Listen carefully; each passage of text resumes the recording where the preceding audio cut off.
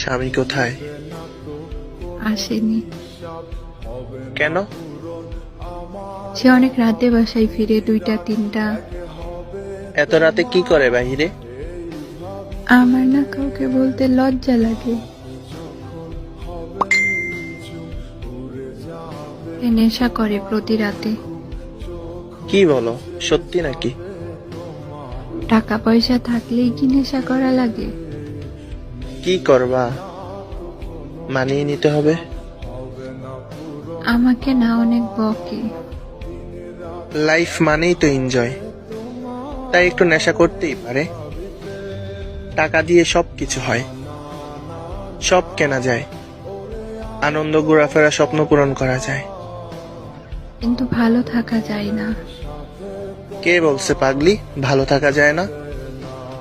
বেকার ছিলাম বলে তোমার আব্বু আমার হাতে তুলে দেয়নি তোমাকে। পৃথিবীতে টাকাই সব।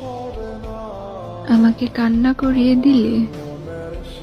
তোমার ঠান্ডা মস্তিষ্কের কথাগুলো ভিতরটা দুমড়ে মুচড়ে শেষ করে দিচ্ছি। কখনো খারাপ চাইনি তোমার। দোয়া করি তোমার জীবনটা খুশিতে ভরে উঠুক। সেটা হয়তো আর সম্ভব না। জীবন তো এখনো সামনে।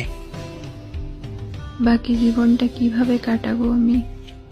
কি করার বলো, ভাগ্যে যেটা লেখা ছিল সেটাই ঘটলো। কিন্তু এমন কোনো রাত নেই তোমাকে মনে করিনি। এখনো ভালোবাসো আমায়? চুপ, একদম চুপ। এগুলো জিজ্ঞেস করতে নেই পাগলি। তুমি এখন অন্যের ঘরের বউ।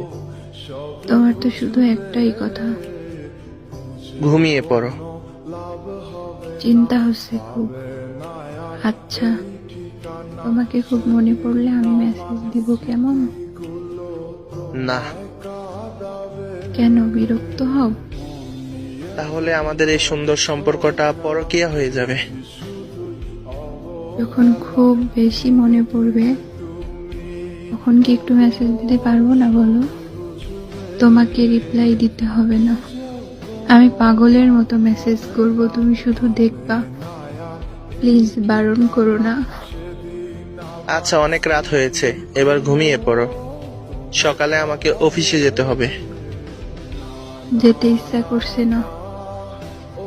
আচ্ছা, নিজের যত্ন নিও। এখন তো আমি আর শাসন করতে পারবো না, তবে আগের দিনগুলি মনে রেখো।